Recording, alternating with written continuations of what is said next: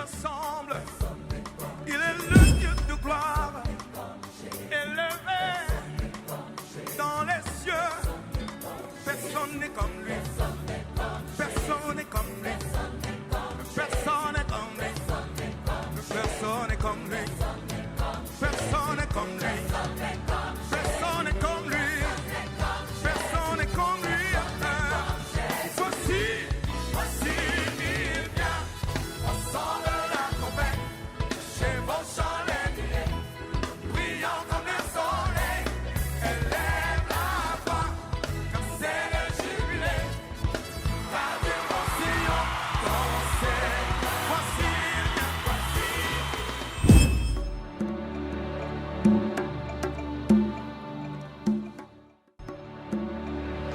Et sans plus tarder, j'invite Bishop Maps, qui est de la maison, de monter.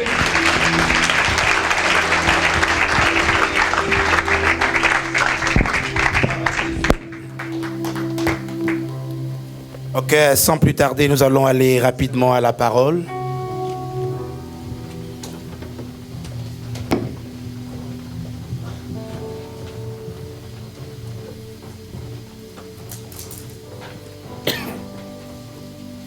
Nous croyons que nous serons vraiment une bénédiction pour quelqu'un aujourd'hui. Le Dieu que nous servons est vrai, il est bon, il est redoutable. Mais surtout, il nous donne sa parole, parce que c'est par sa parole que nous connaissons sa pensée, et c'est sa parole qui nous transforme. Nous avions parlé de l'intégrité. J'ai voulu introduire l'alliance comme étant un moyen par lequel le chrétien, le croyant, celui qui est fidèle à Dieu, peut réellement montrer dans la pratique son intégrité à l'Éternel. Hier, on a parlé, on a voulu introduire l'importance, les avantages de l'alliance. Et aujourd'hui, j'ai essayé, en lisant la Bible, prendre quelques personnages et voir ce qu'ils ont fait. Et puis rentrer dans le cœur, la pensée de Dieu, pour voir ce qui était vraiment l'intérêt de Dieu, la volonté de Dieu pour nous qui habitions la terre. Vous savez, il y a un passage dans le livre de Psaume qui déclare que le ciel des cieux appartient à l'Éternel, mais il a donné la terre au Fils de l'homme. Donc, en pensant, en développant ces versets, nous comprenons déjà la pensée de Dieu. La pensée de Dieu était que lui règne sur le ciel, et puis il nous donne à gérer la terre. Et l'homme, donc, c'est un gérant. C'est pourquoi, comme la terre appartient à Dieu, et que nous venons de lui, et il nous envoie sur la terre, il a souvent l'habitude de nous appeler les ambassadeurs. L'ambassadeur n'appartient pas, il peut être dans un pays, mais il n'est pas de ce pays. Il appartient dans un autre pays, mais il est envoyé par un autre gouvernement, dans un autre État. Et c'est pourquoi nous ne restons pas éternellement sur la terre, parce qu'à un certain moment, à la fin du mandat, donc l'ambassadeur doit rentrer dans son pays. Et quand il rentre, il doit présenter les rapports. Comment il a géré pendant tout son temps. Et donc, étant des ambassadeurs, avant de venir sur la terre, nous devons connaître la pensée du roi. Qu'est-ce que le roi veut que je fasse, étant dans un pays étranger. Et c'est pourquoi tous les ambassadeurs, ils ne parlent pas en leur nom. Ils parlent au nom du roi, du pays. Et c'est pourquoi toi, tu ne peux pas parler en ton nom. Le diable n'aura pas peur de toi si tu parles en ton nom. Il aura peur de toi si tu parles au nom de ton pays, de ton roi. Ben, pour ceux qui connaissent, je suis de la République démocratique du Congo. En Angleterre, on a une petite maison d'ambassade. Mais malgré que c'est tout petite, mais on respecte notre ambassadeur. Pas à cause de la grandeur de la maison d'ambassade, mais parce que c'est lui l'ambassadeur. Et donc, on ne peut pas le toucher. Et donc, qu'est-ce que Dieu veut que nous puissions faire étant sur la terre, ici, pendant ces passages? C'est pourquoi j'ai essayé de résumer la vie de ces différentes personnes, ce qu'ils ont fait pour présenter mon enseignement d'aujourd'hui. Et ça va être les 4 éléments que tu utiliseras pour activer ta relation avec Dieu. Quand j'étais à l'école primaire, c'était en 4e année primaire, et je devais passer en 5e année. Et je savais, comme on avait 2 classes de 5e, moi-même, avant le début de l'année scolaire, je suis allé demander aux enfants, aux étudiants, aux élèves qui étaient dans la classe supérieure, qui sont passés en 6e, pour savoir comment le maître, nous on nous appelait le maître, les enseignants, comment le maître donnait ses interrogations. Parce qu'il y avait des maîtres qui voulaient qu'on récopie exactement ce qu'il t'avait donné. Et les autres n'aimaient pas que tu récopies. Il faut présenter ton idée, qu'ils voient que tu as compris la leçon. Et donc, avant d'aller dans une classe supérieure, il faut connaître ce que le maître veut. Qu'est-ce qu'il demande? Qu'est-ce qu'il attend? Et nous sommes venus de Dieu et nous sommes venus sur la terre. Et comme nous savons que nous allons rentrer auprès de ces dieux, nous devons rentrer auprès de nos aînés spirituels pour leur demander quel était le secret de votre réussite. Qu'est-ce que vous aviez fait pour toucher le cœur de Dieu? Si vous comparez les églises francophones, les églises anglophones, vous allez voir que les amis anglophones, ils réussissent beaucoup plus que nous. Pourquoi? Parce qu'ils reconnaissent la valeur du Père. Et même s'il peut bien prêcher, mais il est toujours sous le Père. Et parce qu'il est sous le Père, il grandit avec la connaissance du Père. Et la communauté francophone en général, nous ne reconnaissons pas ou nous ne respectons pas le Père. Et nous sortons et nous voulons recommencer l'église avec une vision nouvelle. Or, si nous marchons avec la vision du Père, là où le Père est tombé, il va nous avertir pour ne pas tomber, n'est-ce pas? Amen.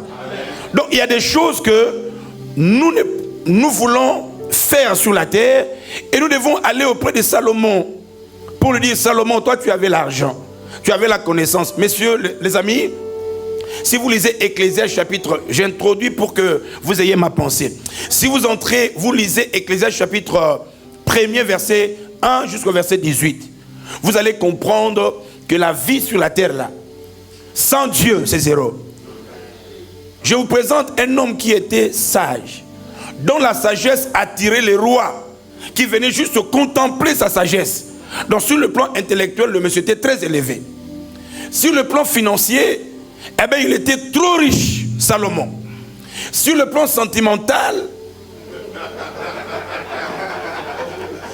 donc, toi qui n'es pas satisfait de ta propre femme là, et tu penses que quand tu descends, quand tu es au loin, quand les gens te regardent, écoutez, le monsieur avait 100 femmes, fois 10. Il avait au total 1000. Même si on appelait une maman de chez nous pour lui faire des tangaoussou, ça ne va pas marcher parce que 1000 femmes c'est trop. Et donc, beaucoup d'argent, beaucoup de biens. À la fin de sa vie, il fait des déclarations qui nous étonnent. Il dit: les amis, vous qui avez beaucoup de femmes, vous qui voulez l'argent, vous qui voulez la maison, vous qui... Vanité des vanités, tout est vanité. Et tout ça, c'est poursuite du vent. Il maintenant redresse la vision des gens auprès de Dieu. Il n'y a que Dieu qui peut te bénir. Et si Dieu décide de te bénir, les amis, c'est pourquoi il dit: cherchez premièrement le royaume. Si vous trouvez le royaume, eh bien, l'argent que vous avez besoin là, et tout ce que vous avez besoin, le Seigneur vous l'accordera. Et moi, je suis de ceux qui croient que la pauvreté n'est pas pour nous. Et la richesse a beaucoup de dimensions. Je peux être riche avec 100 livres. Toi, tu es riche avec 1000 livres. Il y a d'autres qui sont riches avec 10 000 livres. Ça dépend de comment tu vas utiliser ton argent pour être riche et la façon dont tu définis ta richesse. Et c'est pourquoi moi-même je dis je suis riche. Et je me réjouis de ma richesse. Donc, comment? Qu'est-ce qu'ils ont fait? Quelles sont les choses qu'ils ont fait pour changer leur vie? Et qu'est-ce que moi je dois faire dans mon alliance avec l'Éternel? Donne-moi un bon amen. Je te vois déjà changer, les amis. Je sais que l'alliance avec Dieu change. C'est pourquoi moi-même, comme je connais ce que je vais vous dire là, et que vous ne le connaissez pas encore, moi-même je peux déjà danser. Parce que je sais ce que je vais vous dire, les amis. Et ce que je vais vous dire, ça me donne déjà la joie de me réjouir déjà avant votre joie. Parce que je sais que vous allez vivre la joie que moi je vis maintenant. Est-ce que vous savez que la parole de Dieu nous donne comme ce que j'appelle le diki-diki du Seigneur? Donc, il y a des paroles de Dieu, quand tu l'écoutes, même sans argent, tu es dans la joie. Même dans le célibat, je suis dans la joie. Même sans voiture, je marche, mais content, joyeux. Ah! C'est pourquoi, les amis, l'intégrité n'est pas un slogan. Un homme intègre ne dit pas lui-même qu'il est intègre. C'est son supérieur qui peut lui dire, cet enfant-là, il est intègre. C'est pourquoi Dieu de gloire devait faire la promotion et la propagande de Job auprès du diable. Il dit, tu as vu mon gars. C'est pas le Job qui disait, moi là, je sais, Dieu l'a dit.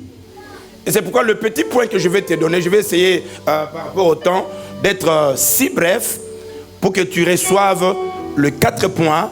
Et mon souci, c'est pas que tu l'écrives seulement, mais que tu le mettes en pratique de façon constante. Il m'a fallu, j'ai prié un jour Dieu quand je suis arrivé à Londres, avant de vous introduire mon message. Mon père n'était pas un bon chrétien. Il était un militaire, mais Dieu l'a béni financièrement. Et donc, on n'a pas connu trop de souffrance. Et moi, je suis devenu chrétien et je savais, selon la Bible, que nous sommes bénis. Alors, j'arrive à Londres, je commence à prier, je vois que le vieux qui n'était pas un bon chrétien, il avait une bonne vie. Il aidait non seulement notre famille, mais aussi les nièces, les cousins et tout ça. Et nous ici, on n'arrive pas à aider tout le monde parce qu'on n'a pas assez. On prie bien en langue. Donc on prie bien.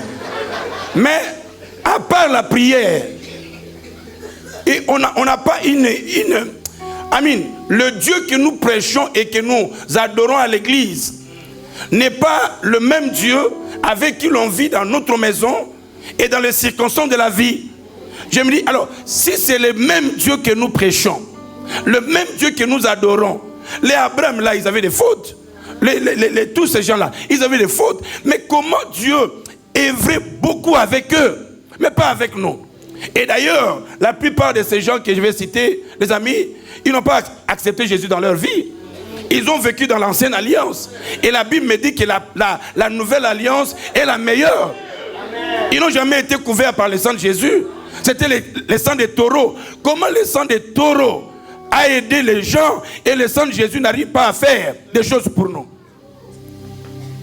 Et donc je suis allé en prière. J'ai dit à ma femme, je t'aime beaucoup, mais là, c'est une affaire sérieuse avec Dieu. Je m'enferme dans la chambre. Si tu m'appelles et que je ne réponds pas, tu casses. Parce que on ne sait pas, je ne suis pas pressé d'aller au ciel. Donc si tu appelles et que je ne réponds pas, nous là, on n'est pas pressé d'aller au ciel. On sait que le ciel on ira, mais pas maintenant là. J'ai dit, Seigneur, garde ma maison. Il n'y aura pas, oh non, des gens qui viendront habiter ma maison. Garde-la. Laisse-moi accomplir ce que tu m'as convaincu de faire. Les amis, et puis j'ai demandé à Dieu, comment un père qui n'était pas chrétien comme moi, et les jours que je l'ai fait accepter le Seigneur, comme il était un commandant, alors dans le camp militaire, on a compris que le commandant est devenu chrétien. Les gens ont commencé à faire des fautes. Et quand il veut parler, on dit, commandant, pardonne-moi au nom de Jésus. Alors, il est venu me dire, il dit, mon petit, il m'est difficile de parler à ton Dieu moi-même. Je veux que tu lui dises, dans les camps militaires là que je conduis, si je continue à conduire dans les camps militaires comme tu me dis là, ça va être un problème. Dis-lui que je veux bien le servir, mais il faut qu'il me laisse servir comme je le veux. Et donc, tu l'as béni. Mais comment moi, qui te sers comme ça, comment tu ne peux pas faire autant? N'est-ce pas que tu as dit qu'il y aura une différence entre ceux qui te servent et ceux qui ne te servent pas? Alors cette différence, c'est seulement au ciel ou bien sur la terre? Or au ciel, il n'y a pas de qui est trop riche, qui est moins riche. C'est ici sur la terre qu'on doit vivre la différence. Et c'est là que le Seigneur m'a parlé, les amis.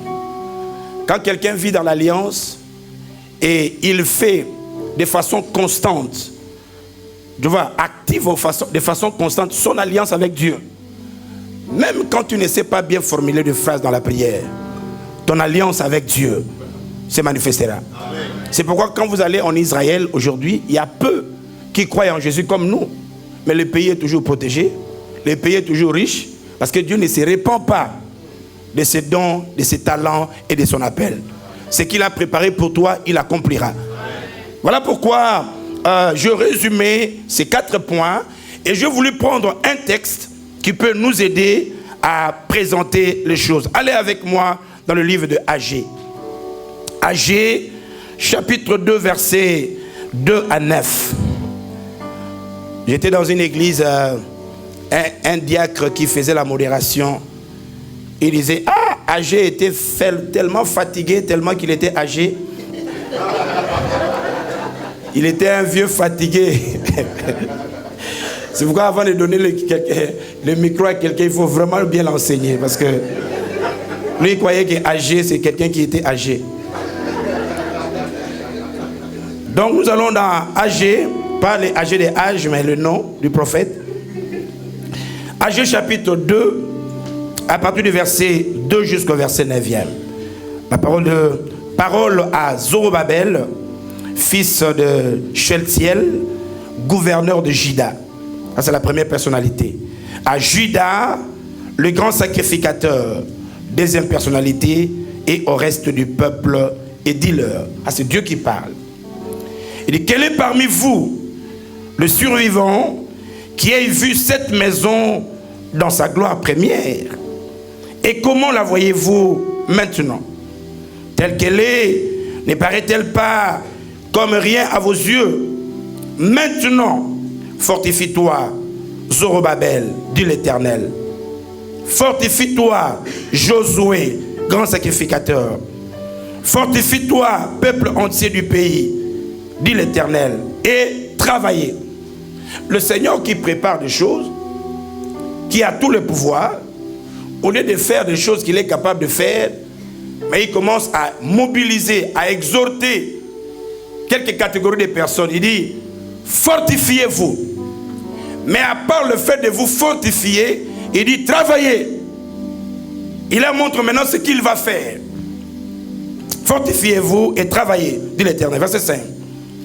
Je reste fidèle à l'alliance que je faite avec vous. Voyez, Dieu se rappelle toujours de son alliance.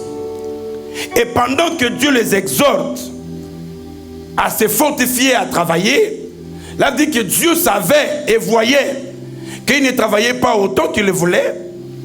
Et ils avaient besoin de se fortifier parce que ce qu'ils traversaient n'était pas des fois bénissant. Je reste fidèle. Quand vous sortez de l'Égypte et mon esprit est au milieu de vous, ne craignez pas, car ainsi parle l'Éternel des armées, encore un peu de temps et j'ébranlerai les cieux et la terre, la mer et le sec. J'ébranlerai toutes les nations, les trésors et toutes les nations viendront. Les trésors de toutes les nations viendront. Et je remplirai de gloire cette maison, dit l'Éternel. L'argent est à moi, l'or est à moi, dit l'Éternel des armées.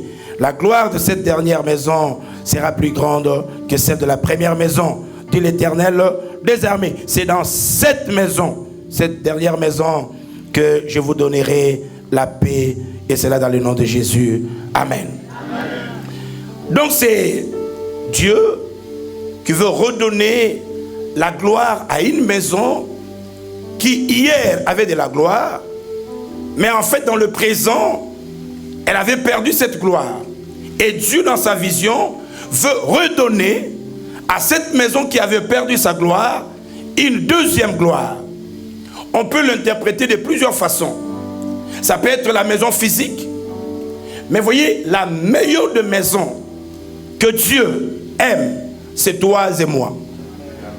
Et nous avions tous perdu cette première gloire que Dieu avait déposée dans Adam et Ève. À part la maison église qui est à Jérusalem, que le terrain est maintenant compliqué,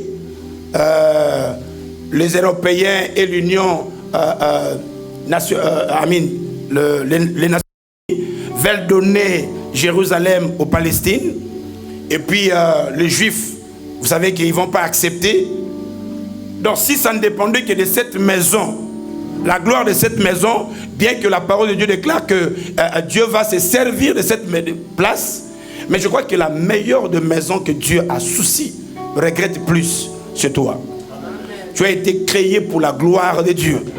C'est toi qui es la meilleure église. Et nous avons perdu cette gloire. Nous avons perdu la gloire première. Et Dieu, pour redresser, redonner de la valeur à cette maison qui a perdu sa gloire, qui a perdu son autorité, sa puissance, il parle à Zorobabel, il parle à Josué et il parle au reste du peuple. Et je vais me servir de Zorobabel, de Josué et du reste du peuple pour présenter ce que tout le monde de l'Ancien Testament, du Nouveau Testament ont fait pour activer leur relation, alliance avec Dieu. Quelqu'un me dit Amen. Amen. Je prends d'abord l'exemple de Zorobabel pour présenter mon cas. Les amis, Zorobabel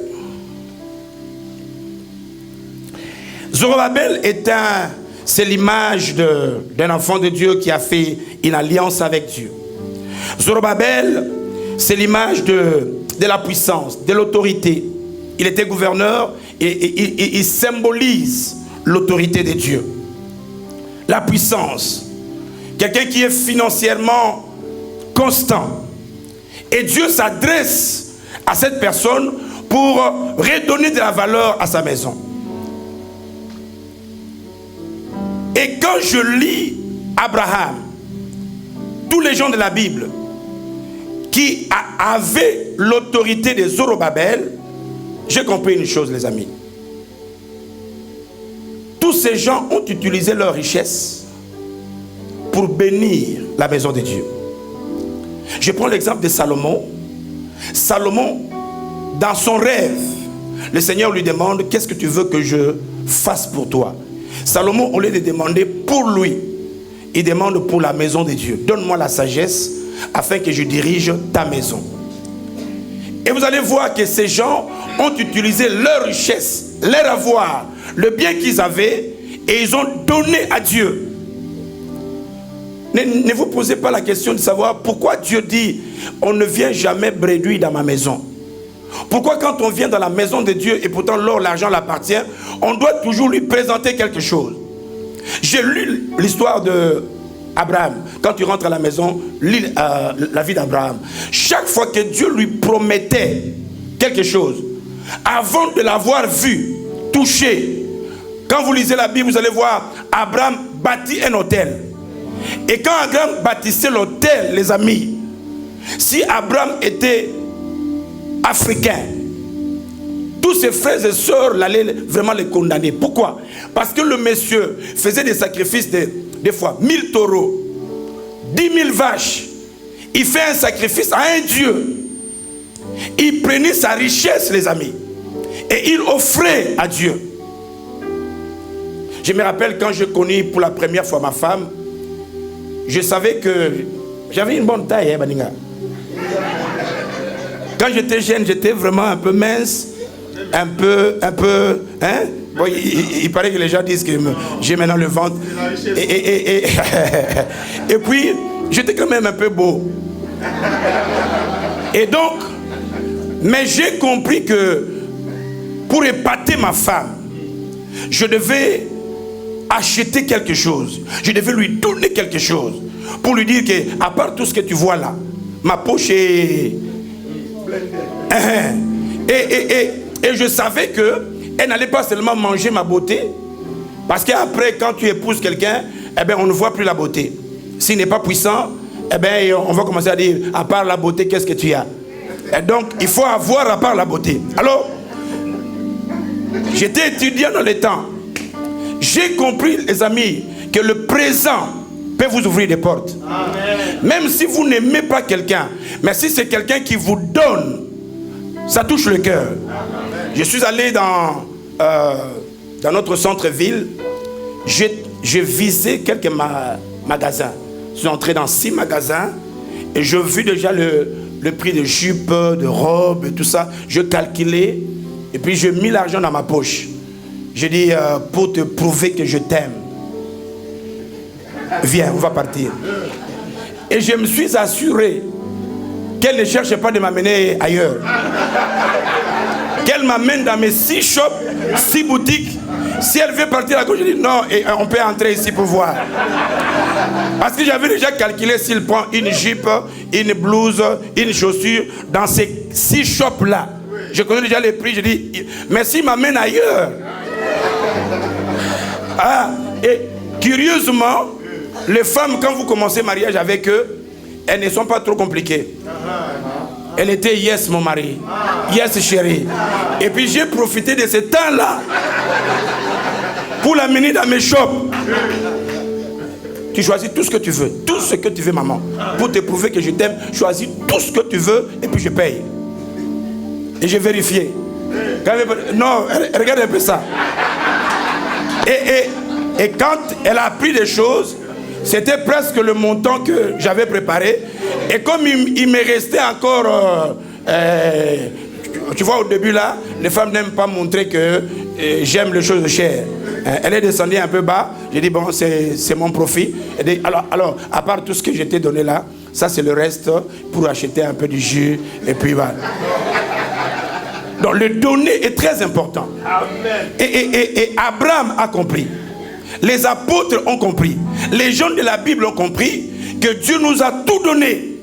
Et chaque fois que Dieu reçoit quelque chose de la main de ses créateurs, ça touche son cœur.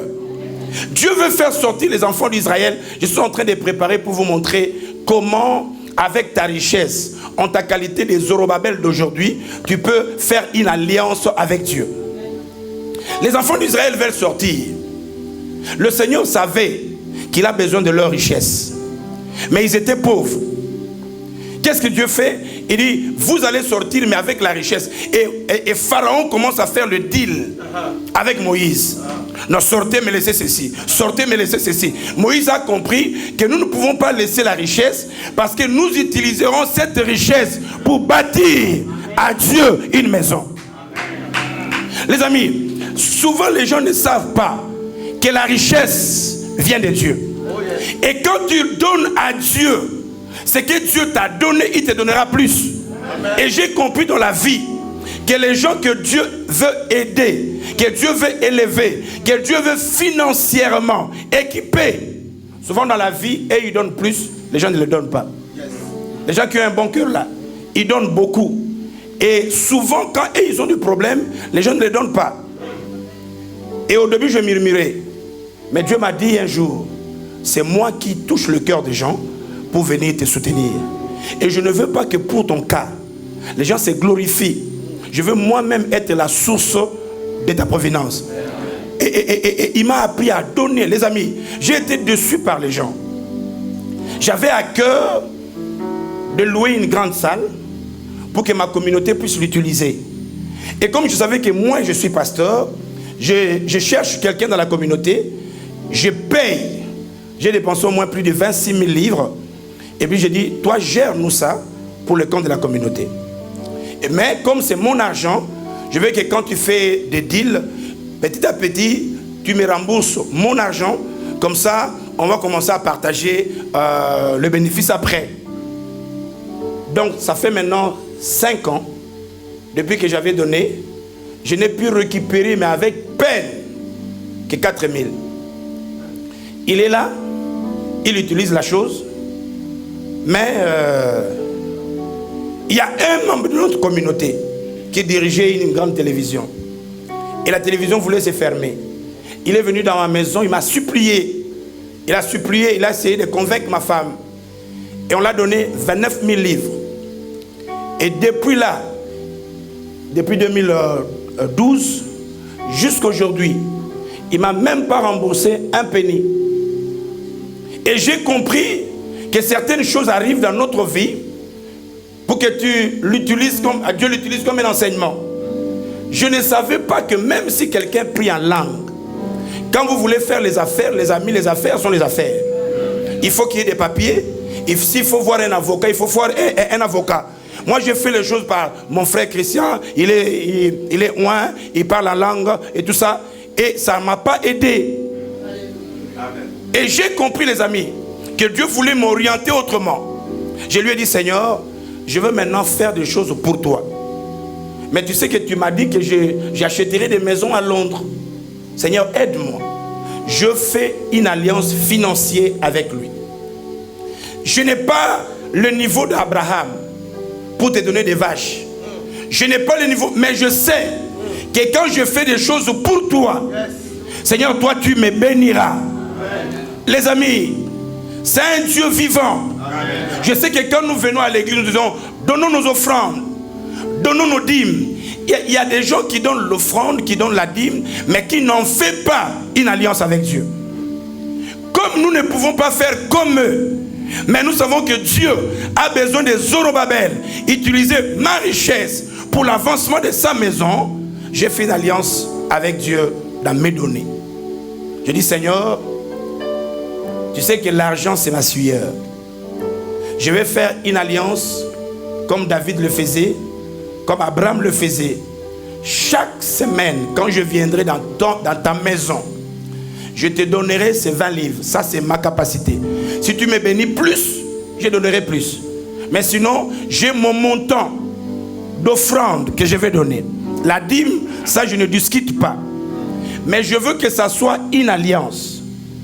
Chaque fois que je donnerai mes paroles d'alliance, parce que vous savez, chaque fois qu'on fait l'alliance, non seulement on fait le sacrifice, mais il y a des paroles qui sont accompagnées. J'ai dit, mon alliance, l'objet de mon alliance, j'en ai deux. Chacun de nous peut faire autant.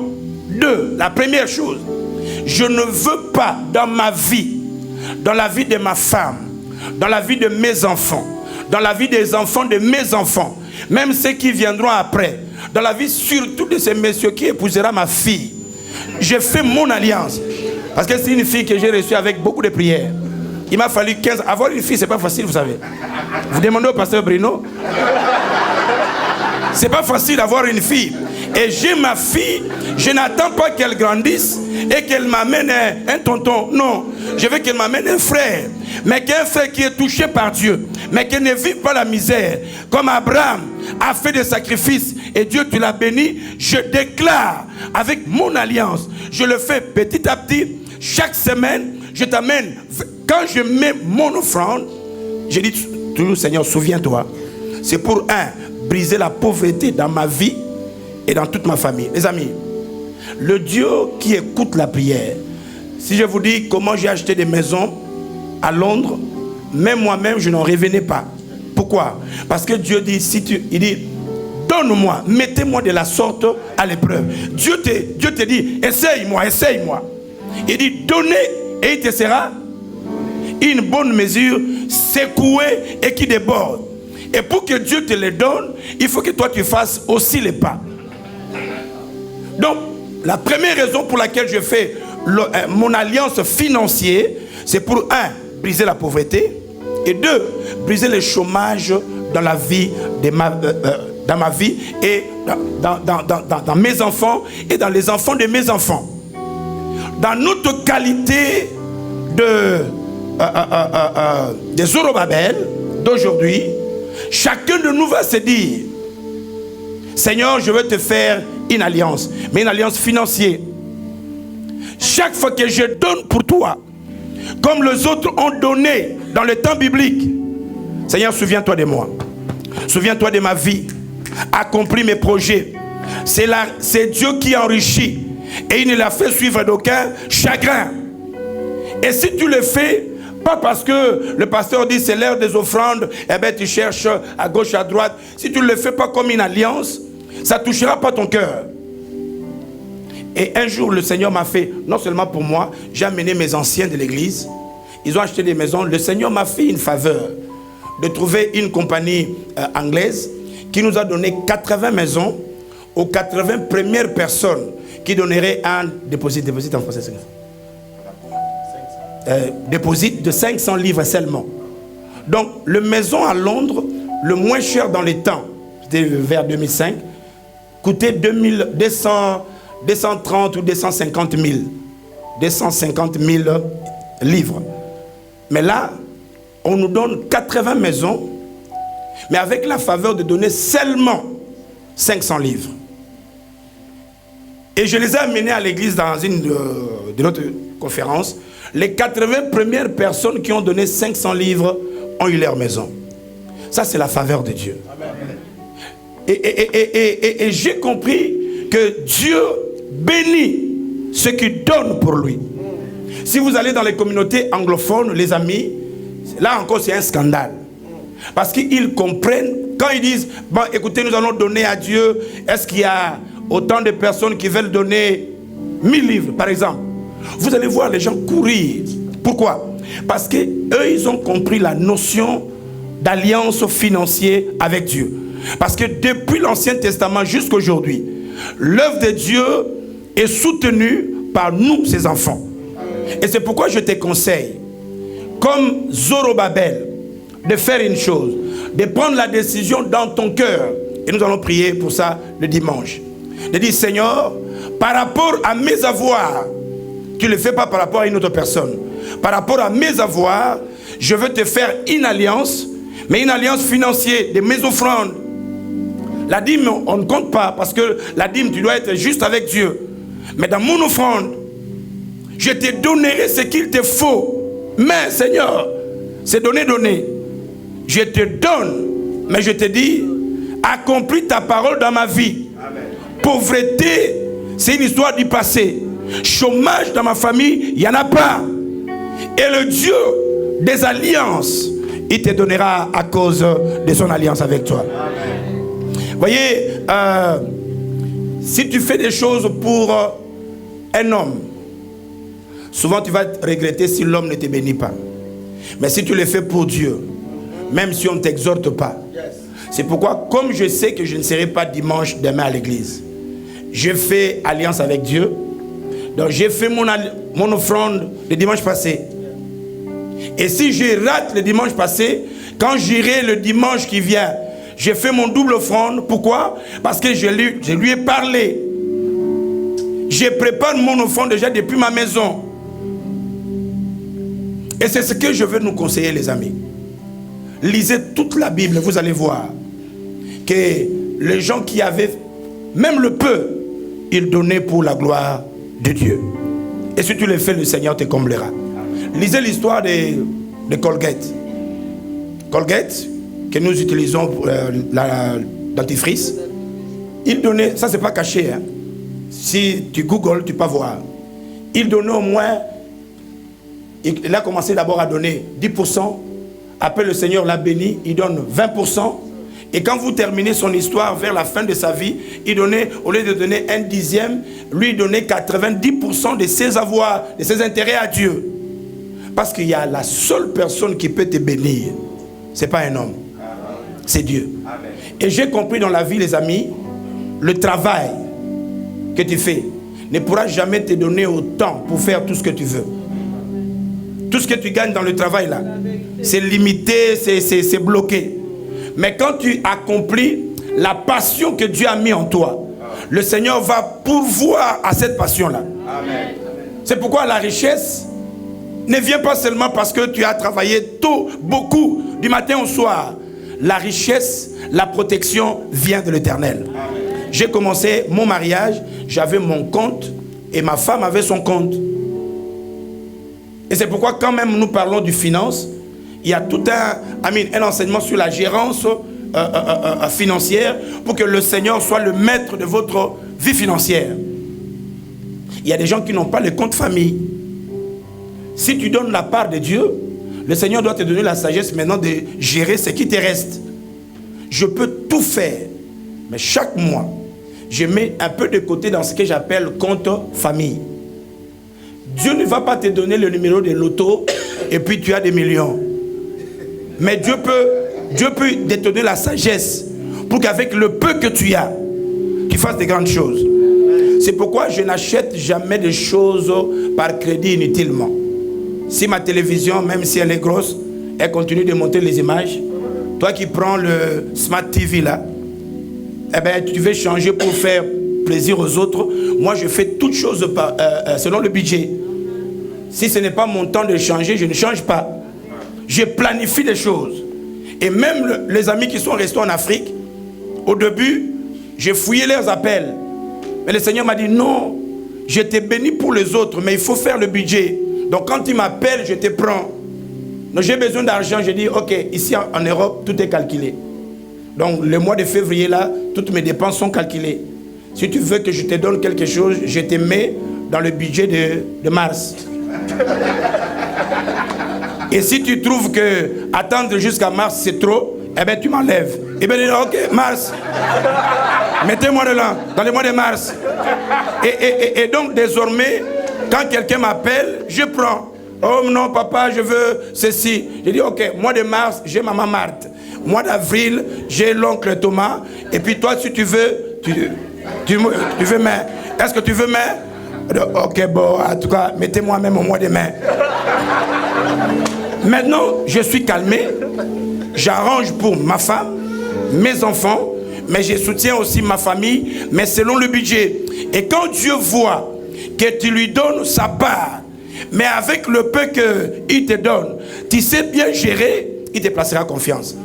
Et il peut te donner encore plus. Je n'achète pas des choses pour faire plaisir aux gens. Si ma voiture roule, même si elle est petite, comme elle me fait déplacer, je reste avec la voiture. Jusqu'à ce que je verrai l'importance de la changer quand mon épargne et mon budget me permettent de le faire. On a dit Amen. Amen. Non, donne-moi un bon Amen. Amen. Toutes ces choses, ce n'est pas par l'imposition de main. Quelqu'un, je vous ai dit l'autre fois, quand un ignorant, dans son ignorance, l'ignorant ignore qu'il est ignorant, les amis, vous pouvez lui donner 1000 livres aujourd'hui, il ne va rien faire. Mais quelqu'un qui est sage, qui a la connaissance, vous lui donnez 1000 livres, ça devient son capital pour demain avoir une grande entreprise. Ça, c'est le premier élément qui permet à l'homme de Dieu, dans sa qualité de Zorobabel, de changer sa vie. Amen. Deuxième élément, je vais rapidement sans aller aux petites notes. Il dit, parle aussi à Zorobabel. Zorobabel était le sacrificateur. Quel était le rôle du sacrificateur? Le sacrificateur avait pour rôle de prendre tout le fardeau de la communauté, leurs problèmes, leurs difficultés, seul d'entrer dans la présence de Dieu. Il allait dans la présence de Dieu non pour seulement parler à Dieu, mais pour amener le négatif et prendre de Dieu le positif. Et quand le sacrificateur sort, c'est pour changer les choses. Je vois le sacrificateur ici. Tu seras le sacrificateur de ta famille, le sacrificateur de tes enfants, le sacrificateur de ta vie. Rien ne se fera dans ta famille sans que Dieu te parle. Et quand un sacrificateur parle, les amis, vous savez, il faut que tu sois reconnu comme sacrificateur pour que les démons qui attaquent le membre de ta famille aient peur de ton dit. Vous savez que dans certaines familles, il y a les sorciers de la famille. Hein? Et puis tout le monde reconnaît que lui là, c'est le sorcier de la famille. Et quand le sorcier de la famille dit quelque chose, tout le monde obéit. J'avais un frère au Congo, à Londres. Son oncle l'a envoyé une lettre, Thomas. La lettre avait 3 lignes seulement. Et écrit en bic rouge, en stylo rouge. Il dit, moi c'est l'oncle, il met le nom. Tu connais ce que je suis capable de faire. Il faut que ton neveu, donc l'enfant de l'oncle, avant la fin de cette année, soit à Londres. Et puis, si tu ne le fais pas, ... Quand le frère pense, a pris la lettre, il ne priait pas. Il est venu un matin. Il dit, pasteur, priez pour moi. S'il faut que je devienne diacre, je deviens aujourd'hui diacre. Prie pour moi. Je dis, qu'est-ce qui se passe? Comment tu ne peux pas commencer par frère, directement diacre? Il dit, non, je veux diacre directement.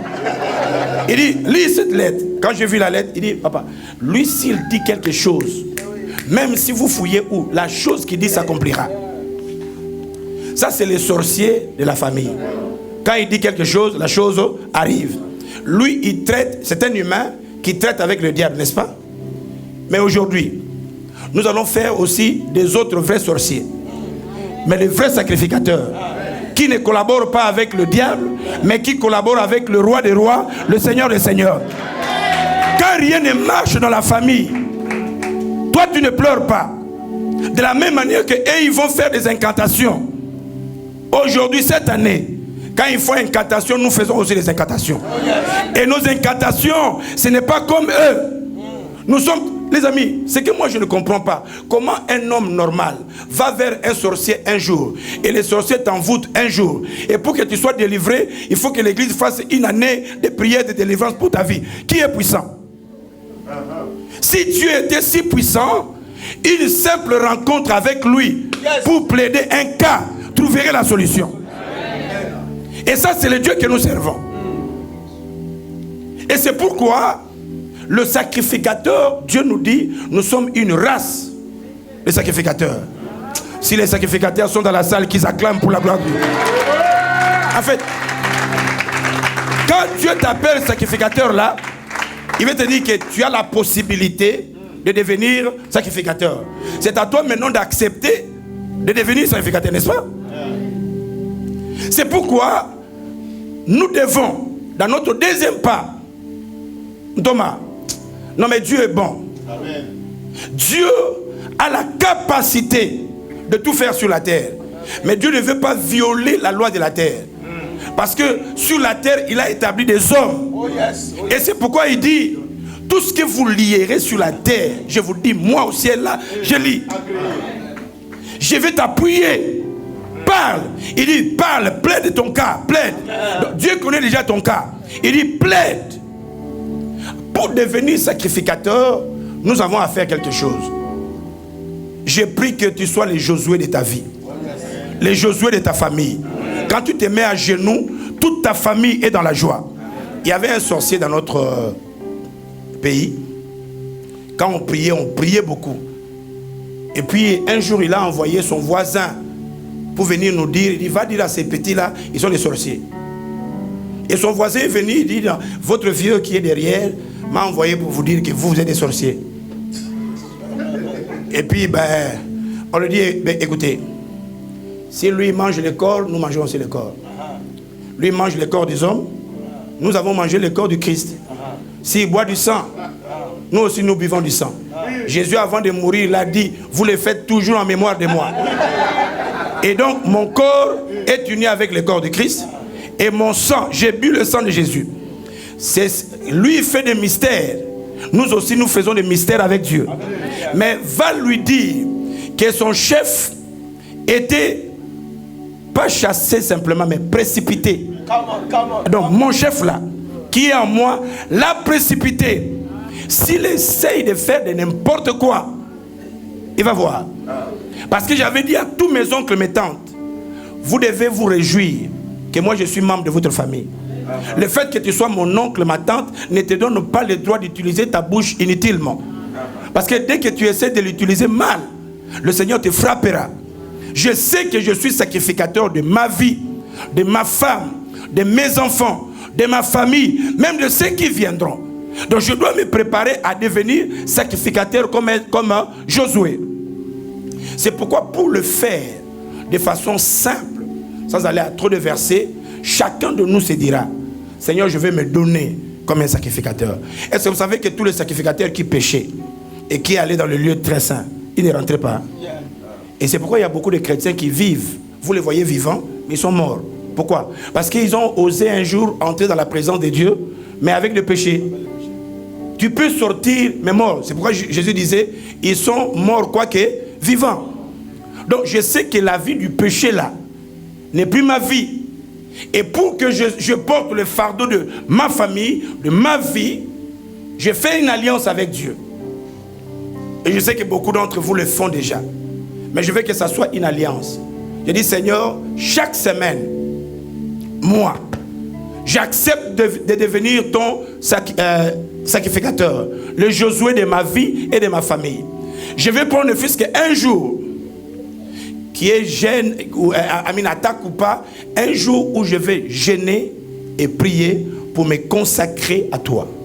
Et je fais une alliance. Comme moi je me prive, juste pour toi, accepte que chaque fois que je me mettrai à genoux, pour ma propre vie, la vie de ma femme, de mes enfants et de ceux qui viendront, que ma prière, ma parole, ce que je ferai soit accepté du ciel. C'est pourquoi chacun de nous doit se dire, j'aurai désormais une journée, même si l'église ne le demande pas, mais j'ai ma journée de jeûne et prière. Quand c'est mon jour de jeûne et prière, Dieu le sait, que c'est le jour où je présente à Dieu tous les problèmes, toutes les préoccupations, le souci. Et Dieu agrée. Mon frère, ma soeur, il n'y a rien qui peut bouleverser ce monde si ce n'est la prière faite par quelqu'un qui est considéré comme un sacrificateur. Les choses de ta famille vont changer. Je dis ça va changer. Il y a une soeur après avoir, je crois, je ne sais pas si je vous ai donné ce témoignage, une soeur après avoir écouté ces messages, elle dit, papa, je veux devenir le sacrificateur aussi de ma famille, mais mon mari, papa, mon mari, c'est un vrai païen. J'ai dit, écoutez, comme lui ne prie pas, toi prie. Je ne sais pas ce qui se passe au Congo. En tout cas, là, je ne sais pas. Le frère est parti, Thomas. Qu'est-ce que les femmes du Congo disent? Je ne sais pas. Le frère est parti, il est revenu, il est devenu compliqué. Et puis il a pris la femme du Congo là, il l'a amenée à Londres. Il ne voulait plus voir la sœur. La sœur est revenue en pleurant. Je lui ai dit, le sacrificateur ne pleure pas. Le sacrificateur parle. Ok, on va prier. Je lui ai montré comment on prie. J'ai dit, comme le monsieur est parti, un homme c'est comme un avion. Hein. Il peut monter, mais tôt ou tard, il va descendre. Mais ton mari là, comme il a blagué avec la personne qui est sanctifiée pour Dieu, il va faire un atterrissage forcé. Mais tu vas implorer l'alliance. Mais fais la prière. Je dis ceci dans ta prière. Seigneur, là où le monsieur est parti, je commande qu'il n'aura plus jamais de plaisir au nom de Jésus. Deuxièmement, il fera des cauchemars à tout moment. Est-ce que vous savez que Dieu écoute la prière? Quand c'est sérieux, c'est sérieux. Et je dis, il ne faut pas blaguer. Il a fait la prière 1 mois, 2 mois, 3 mois, 6e mois. Vers 23h30, il écoute quelqu'un toquer à la porte. Coc, coc. La sœur ouvre et voit Yémé, le monsieur là. Le monsieur entre et puis demande à la femme, est-ce qu'on n'a pas préparé aujourd'hui? 6 mois tu es parti, tu ne demandes même pas la santé des enfants. La sœur est partie préparer la table. Vous savez, il y avait un moment quand tu es homme, tu te réjouis d'être un homme. Parce que la façon dont on te sert, toi-même le corps sent que je suis homme. Il y a un peu du riz, légumes, viande, chips, yaourt, de l'eau, du jus, tout est là, cuillère, fourchette, un peu tissu pour essuyer, tout est là. Quand vous mangez, même votre corps sent que je suis un homme. Mais les femmes, après un certain temps, elles vous font usage unique. Dans la même assiette, il y a du riz, il y a un peu. Et ce jour-là, la sœur a récupéré ses anciennes habitudes. Elle a tout mis. Et puis elle est montée dans la chambre, elle m'a appelé, papa, le frère est venu. Qu'est-ce que je dois faire? Il dit, mais Dieu a déjà écouté la prière.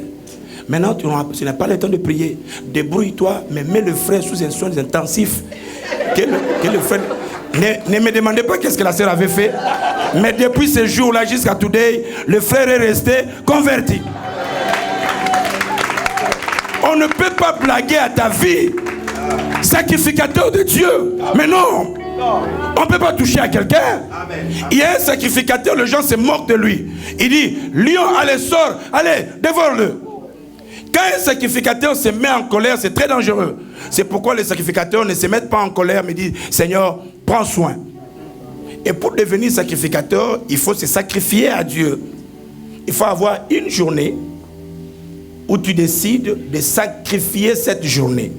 C'est une journée de jeûne et de prière pour que le Seigneur se serve de ta bouche, de ta langue. Chaque fois que tu fais une prière, en ta qualité du sacrificateur, le Seigneur te répondra. Ça, c'est mon deuxième pas pour vous. C'est pourquoi tous ces gens, quand ils priaient, il s'est passé des choses. Il se faisait des choses. Il y a une sœur à Dublin, j'ai parlé de la délivrance. Elle me dit, chaque fois, son mari travaille la nuit. Chaque fois que son mari part au travail, vous savez, il y a des gens qui vivent les effets sataniques, vous n'avez pas d'idée. Donc, comme la chambre est dans le premier niveau, quand elle va dormir la nuit, elle écoute quelqu'un dans le salon qui réanime la télévision et casser des tasses, ouvrir des portes. Et elle dit, si je prie beaucoup, cet esprit vient. Et si je ne prie pas, il ne vient pas. Donc j'ai arrêté de prier. J'ai dit, aujourd'hui, tu vas rentrer. Tu vas prier comme il le faut. On l'a prié pour qu'elle soit sanctifiée à Dieu. Et cette nuit-là, les amis, elle a écouté le bruit. Quelqu'un a ranimé la télévision. Je lui ai dit, si tu écoutes ça, descends. Va dans la cuisine, là où il casse les assiettes, et parle sans fermer les yeux. Et elle a fait la même chose. Depuis ce jour-là, le diable l'a quitté. Elle dit, diable, j'étais à la prière, j'ai reçu le Seigneur. Je connais ma position. Tu ne peux pas venir dans ma maison pour blaguer. Vous savez, quand un sacrificateur prie, il n'a pas besoin de crier. Parce que tu as déjà des journées de jeûne et de prière que tu fais. Quand tu es devant un problème, tu n'as pas besoin aussi de jeûner et prier encore. Tu peux commander. Lisez bien la vie de Jésus. Il priait la nuit et il chassait les esprits pendant la journée. Toi, ton problème, tu veux que pendant la journée, tu pries et puis tu chasses. On prie avant. Et je lui ai dit, parle à cet esprit. Elle entre dans la cuisine. Elle parle comme je lui ai dit, diable, j'ai appris que tu faisais des grandes choses dans le passé. Tu détruisais les vies des gens. Mais si tu commences à venir dans ma maison, ouvrir les portes, casser les assiettes, ça c'est les affaires des enfants. Si tu n'as rien à faire dans ma maison, ne viens plus. Je te commande en ma qualité de l'enfant de Dieu de ne plus venir ici. Ce que la plupart des chrétiens ne savent pas, c'est que la vie et la mort, le pouvoir, c'est dans notre langue. Quand nous parlons, nous pleurons beaucoup, le diable va nous attaquer. Mais quand nous reconnaissons notre position, il va nous fuir.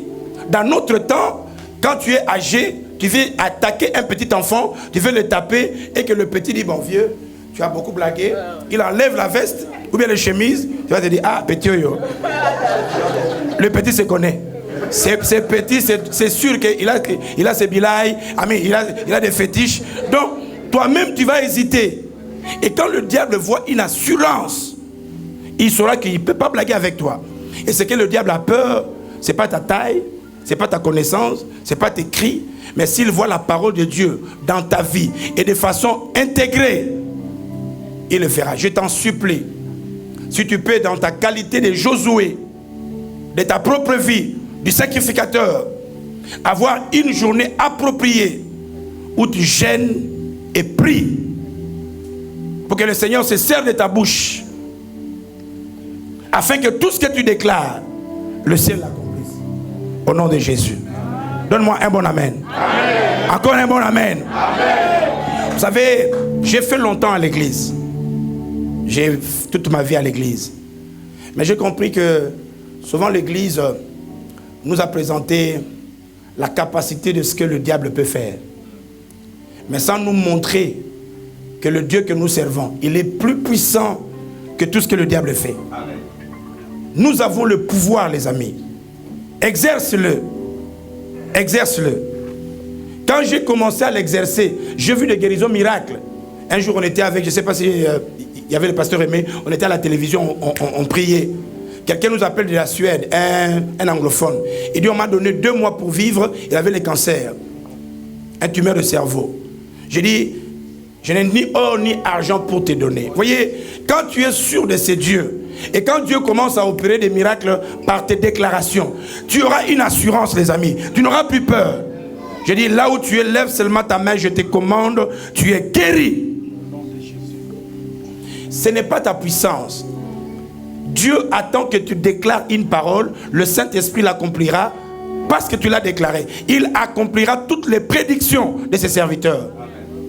Aujourd'hui, je sens que je dois vous parler sans aller à tout ce que j'ai écrit.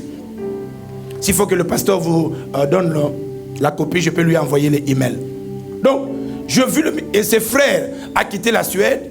Après un temps, il est venu témoigner dans notre église. Il y a une puissance dans ta vie. Tous ces esprits qui dérangent ta vie là, tu peux le stopper.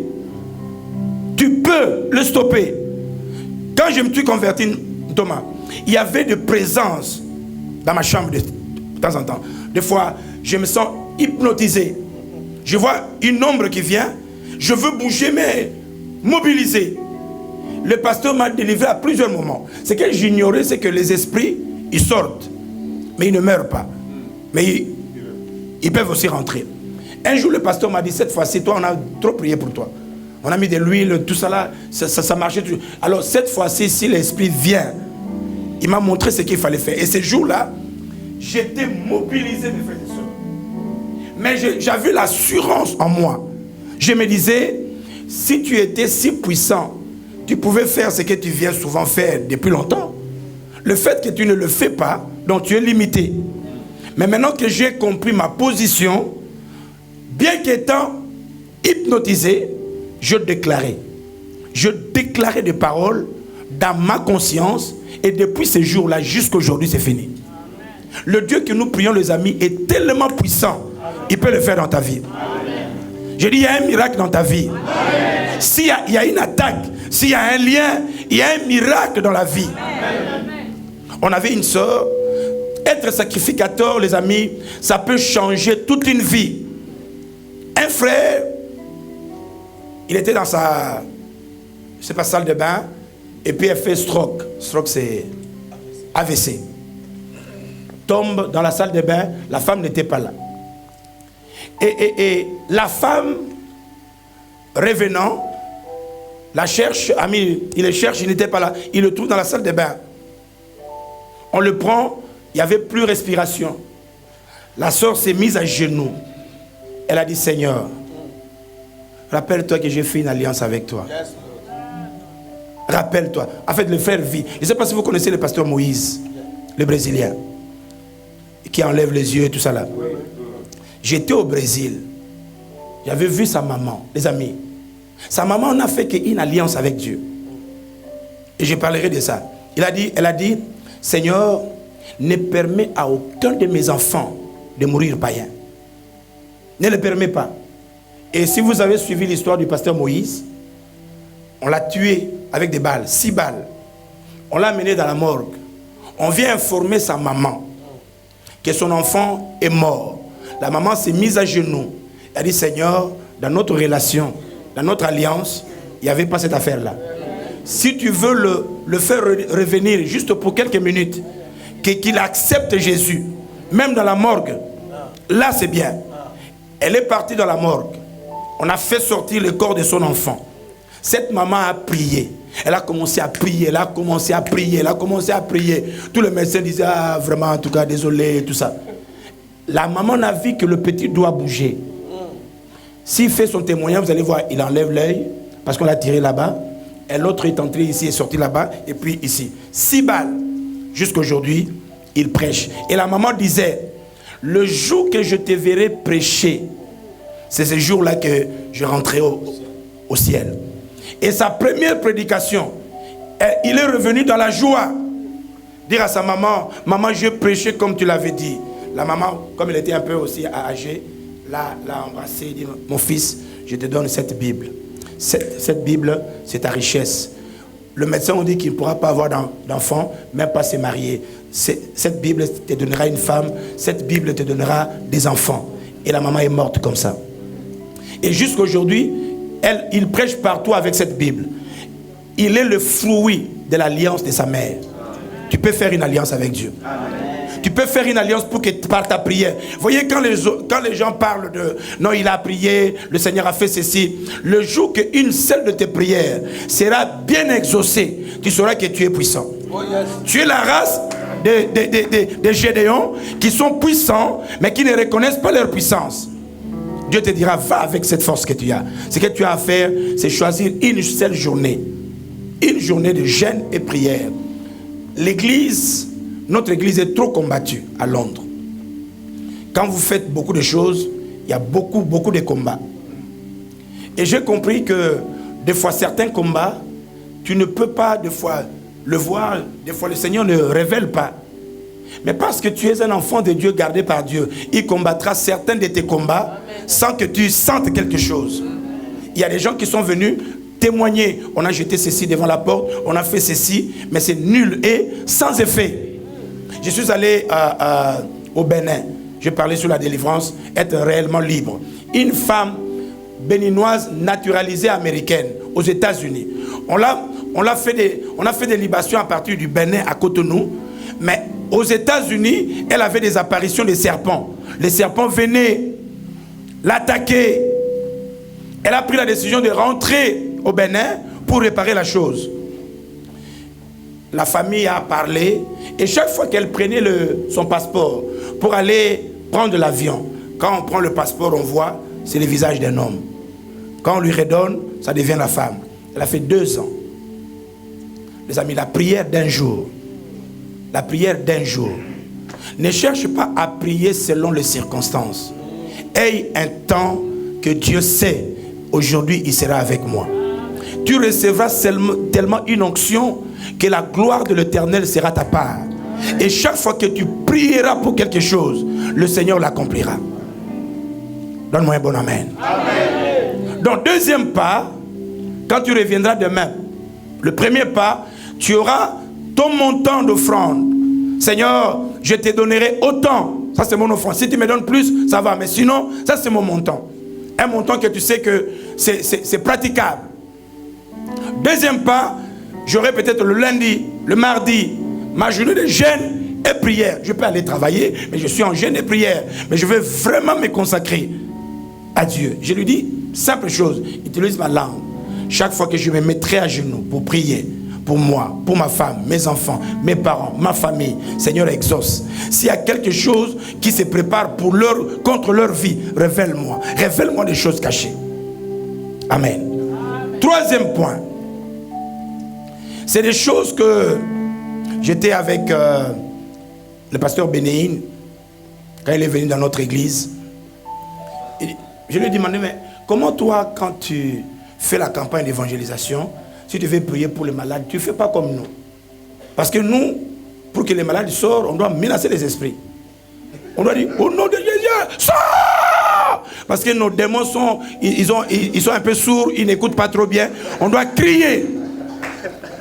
Mais comment toi, tu ne cries pas?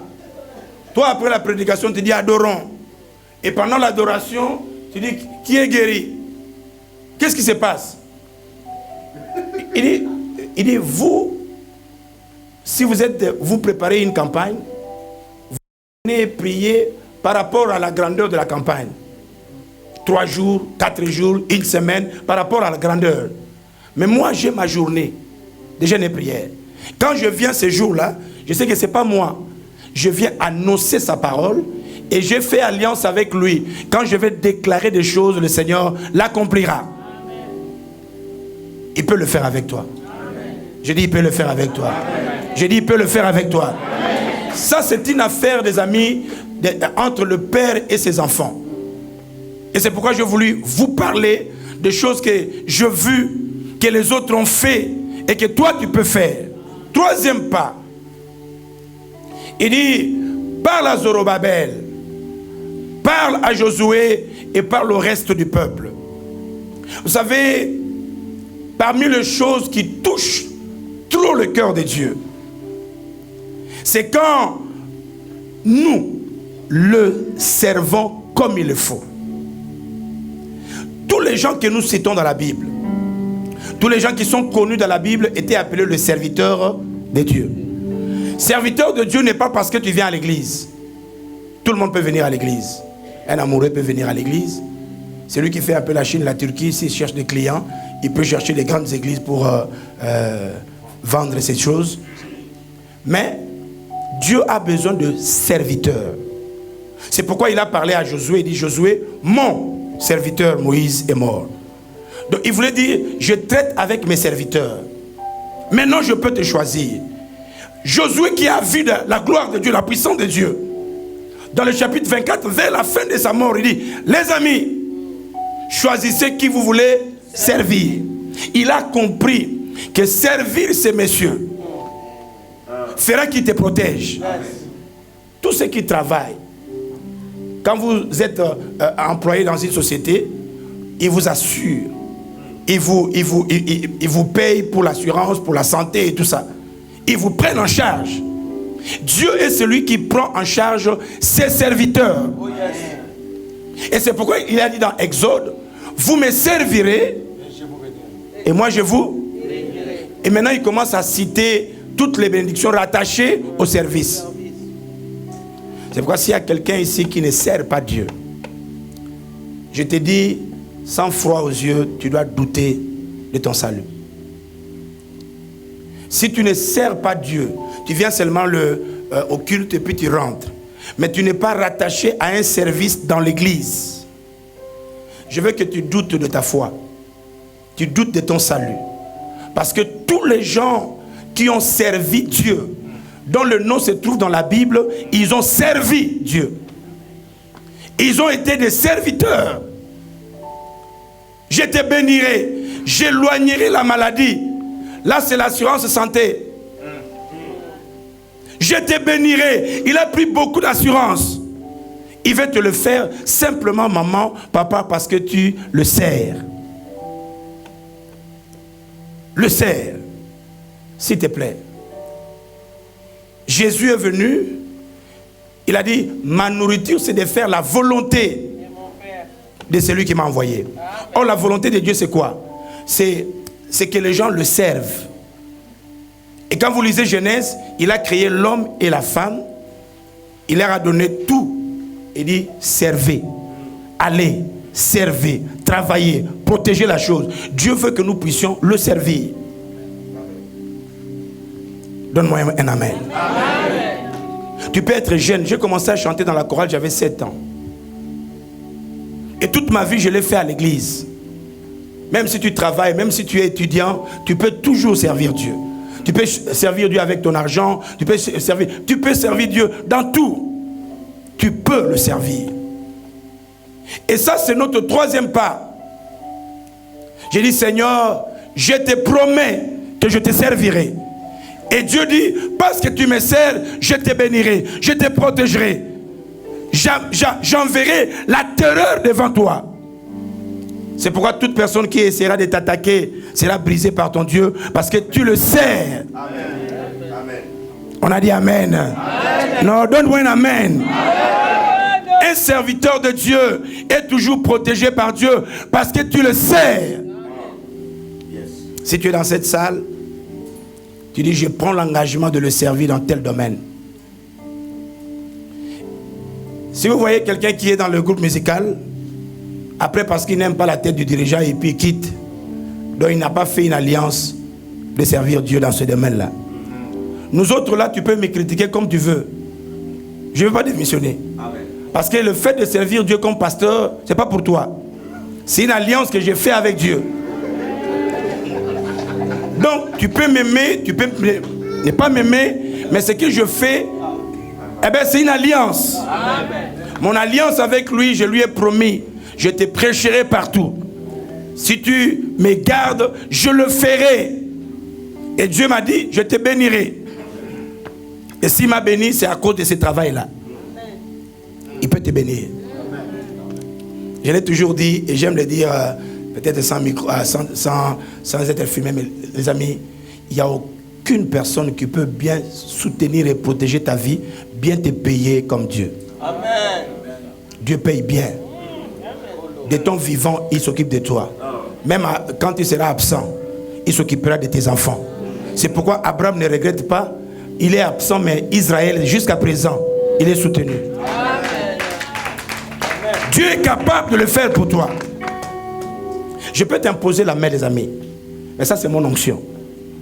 Mais si tu deviens sacrificateur, tu auras ton onction qui vient du même Dieu qui est dans ma vie. C'est pourquoi le troisième pas, tu diras, Seigneur, je prends la... Y a-t-il quelqu'un ici qui vient à l'église mais qui n'est pas rattaché dans un service? Je vais juste voir les mains. Lève bien les mains. Il ne faut pas avoir honte. C'est pas une humiliation. Je vais juste voir. Voilà. Merci. La chose que vous devez faire, vous savez, la parole de Dieu, si vous l'écoutez, ne dites pas, bon, on va voir. Non. Si tu ne sais pas ce que tu peux faire, va vers le pasteur, dis, je ne sais pas ce que je vais faire, envoie-moi là où tu veux. Mais que je fasse quelque chose pour Dieu. Ça, c'est mon troisième pas d'alliance. Parce que le jour que tu seras malade, tu vas lui dire, Seigneur, tu as dit, vous me servirez et j'éloignerai la maladie. Il y a la sœur Pauline qui est venue à l'église. Le médecin l'a dit, je ne connais pas la différence, peut-être maman connaît la différence entre les myomes et les fibromes. Donc elle a dit, il y a un mélange des myomes et les fibromes. Et puis ces myomes et fibromes, au lieu de choisir un bon endroit, ils sont allés dans un endroit où s'il faut enlever, on enlève tout. Elle a fait 7 ans dans son mariage. Elle dit, papa, je ne veux pas l'opération parce qu'avec mon mari, on n'a pas d'enfant. Est-ce que vous savez qu'une femme qui est stérile, elle souffre plus que son mari? Le mari comprend, mais elle ne sait pas si c'est vrai ou faux. Elle est venue, je lui ai dit une chose. Je vois, avant de venir chez nous, là, tu as fait beaucoup d'églises. Parce qu'elle a commencé à me dire, j'étais avec le pasteur, elle a prié, mais rien. J'étais avec le pasteur, j'ai dit, maman, je ne vais pas être ajouté dans la liste de... Jamais. Dieu me dit, je ne serai pas le next. Je lui ai présenté Exode. Il dit, tu me serviras. Et moi, Dieu, je te bénirai. Les amis, 3 mois. Je lui ai présenté le département de femmes. Elle est devenue membre. Donc, quand elle a commencé à voir comme si les choses, elle m'appelle, dit, papa, est-ce qu'il faut que je dise à mon mari, parce que je vois comme ça fait un peu 2 mois que je n'ai pas vu mes choses là. Donc, est-ce qu'il faut que je dise? J'ai dit, mais comme tu n'as pas vu là, c'est un signe qu'il y a quelque chose qui est dedans. 4 mois et demi après, il y a eu une menace d'avortement. Elle est venue avec son mari. Le mari a dit, papa, tu voyais, moi j'étais désespéré, mais tu nous as donné de l'espoir avec ton Dieu. Maintenant, il y a des cas d'avortement. Je dis, bon, on va prier. Elle est venue, on a commencé à parler à l'enfant. J'ai dit, je ne sais pas si tu es fille ou garçon. Mais je veux que tu saches. Viens, papa. Et je lui parlais. Vous savez, quand il y a certaines choses que le sacrificateur font, si vous lui demandez de le répéter, il ne sait pas parce que c'est animé par Dieu. Amen. Je dis, je ne sais pas si tu es fille ou garçon. Mais je vais te dire que dans le monde où nous vivons là, pour venir, il faut rester là pendant au moins 9 mois. Petit ou petite, si tu sors maintenant, tu ne sauras pas le plaisir du monde. Ici au monde, il y a aussi des bonnes choses. Débrouille-toi, mais reste là pendant au moins 9 mois. On peut tolérer que tu sors à 7. Parce qu'on va te mettre dans des bonbons et tout ça. Mais à 4,5 là, tu n'es pas encore complet. Débrouille-toi de rester. Et puis, Seigneur, nous faisons le cerclage spirituel au nom de Jésus. Merci. Les amis, c'est juste une prière. Hein. Mais la prière du juste a une grande efficacité. Le petit est resté jusqu'à 9 mois. Sous le regard impuissant des myomes et des fibromes. Les fibromes le regardaient, les myomes le regardaient, mais personne ne pouvait les toucher. Les regards impuissants. Quand elle a donné naissance, elle croyait que le chemin était déjà ouvert. Après la première naissance, elle a fui. Comme Dieu connaît les choses, Dieu aussi elle a fermé. Jusqu'aujourd'hui, il y en a qui a un enfant. Les gens, quand je lui dis à maman, reviens. Si tu essaies de rentrer dans la ménopause, c'est ton problème, mais reviens avant. Donc, tu dois prendre la décision du Seigneur, je dois te servir. Ceux qui ont levé la main, s'il vous plaît, écrivez ce que tu veux faire. Si tu ne connais pas, vois le pasteur. Et je te donne mon dernier point. Ça me fera une grande joie. En revenant après, je trouve que la plupart d'entre nous ont été bénis parce qu'ils sont en alliance avec Dieu. Le dernier point, je dis, quand tu reviens demain, tu écris dans un papier, étant Zorobabel, je donnerai autant pour Dieu. C'est dans un papier que tu vas écrire parce qu'on va faire une déclaration. Comme Josué sacrificateur, je vais jeûner chaque lundi ou bien mardi ou bien mercredi. Bien jeudi, je jeûnerai, je prierai. Je te servirai dans tel domaine. Si tu es déjà dans un service, tu le mets. Ça veut dire que même si quelqu'un vient te déranger, tu restes là. Même quand l'église a des problèmes, ce n'est pas ton problème. Toi, tu restes dans ton département. N'est-ce pas? Amen. Ne reste pas à la maison, non, on va voir. Parce que tu as fait une alliance avec qui? Dieu. Avec Dieu. Quand on a des problèmes, dans toute église, il y a toujours des problèmes. Mais nous continuons à servir Dieu. Amen. Et le dernier, et c'est le dernier, c'est ce qui nous a fait la force. Jésus est venu pour cette mission, appauvrir l'enfer. Et j'ai compris, toute personne qui se met à gagner les âmes pour Dieu, ça c'est ce que j'ai toujours fait. Je dis, c'est ce que la maman de Moïse a fait. Qu'aucun de mes enfants ne meure païen. Et qu'est-ce que moi je dois faire? Je dois gagner les âmes pour Dieu. Ne me dis pas non, je l'ai prêché, il est allé dans une église, je sais pas. Non, je l'amène dans mon église. Je peux faire une alliance avec Dieu. Je dis, Seigneur, au moins une âme par an. Je veux motiver ne fût-ce qu'une âme par an. Je veux t'amener ne fût-ce qu'une âme, ne fût-ce qu'une seule personne par an. Je le mets dans mon église et puis je donne des paroles d'alliance. Seigneur, comme j'ai aidé, je t'ai aidé, c'est pas mon affaire. C'est ton affaire qui veut sauver les âmes. Mais tu m'as utilisé pour que cette âme vienne à toi. Que mon mari, que ma femme, que mes enfants, que la femme de mes enfants, que le mari de Bélange, de ma fille, que personne ne soit païen ou ne meure païen. Et quand je fais mon alliance avec Dieu, mon ami, il n'y a personne qui pourra me stopper. Je limite en disant ceci.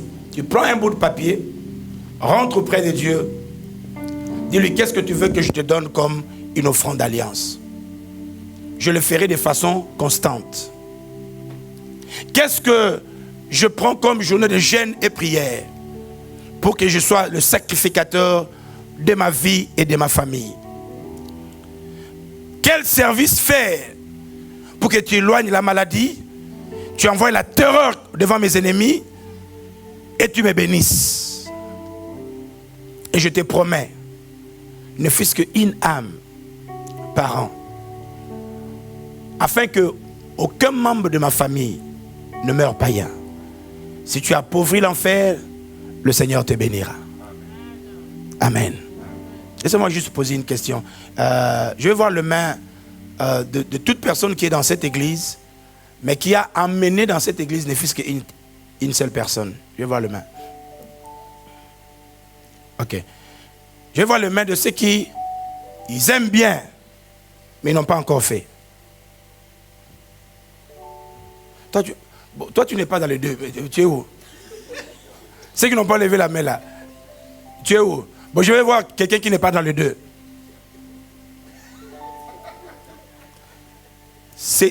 Tu le fais comme alliance.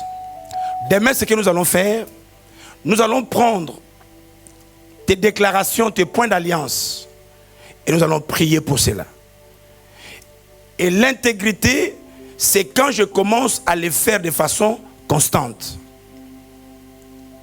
Je ne me détourne pas, je le fais de façon constante et je rappellerai toujours à Dieu. Seigneur, souviens-toi que si je te donne, je ne veux pas la pauvreté, je ne veux pas le chômage.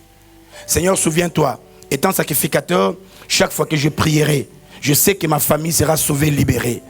Seigneur, souviens-toi, parce que je te sers dans un tel domaine, la maladie sera éloignée, tu vas menacer ceux qui me menacent. Seigneur, souviens-toi que j'ai gagné des âmes pour toi. Que mon mari, ma femme ne meurent pas comme païens. Je vais prier pour toi. Tu peux juste lever la main. Tu peux lever la main là où tu es, on va prier. Si toute l'église peut se mettre debout. Les yeux fermés, je veux que tu voies la grandeur de Dieu. Tu dis avec moi, Seigneur Jésus, me voici devant ta présence. Je sais que tu donnes au double toute personne en alliance avec toi. Je te promets, Seigneur, que je vais être comme Zorobabel.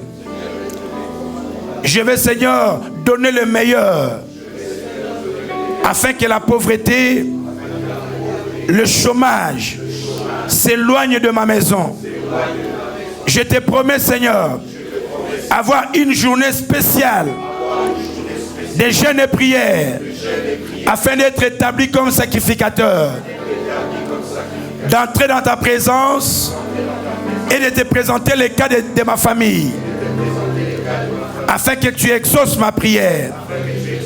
Je te promets, mon Dieu, de te servir malgré les hauts et les bas. Je te servirai. Et toi, en revanche, guéris-moi, bénis-moi et envoie la terreur devant mes ennemis. Je te promets, Seigneur, de gagner les âmes, d'appauvrir l'enfer.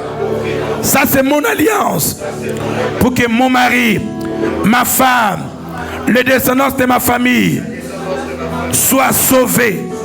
Et cela dans le nom de Jésus.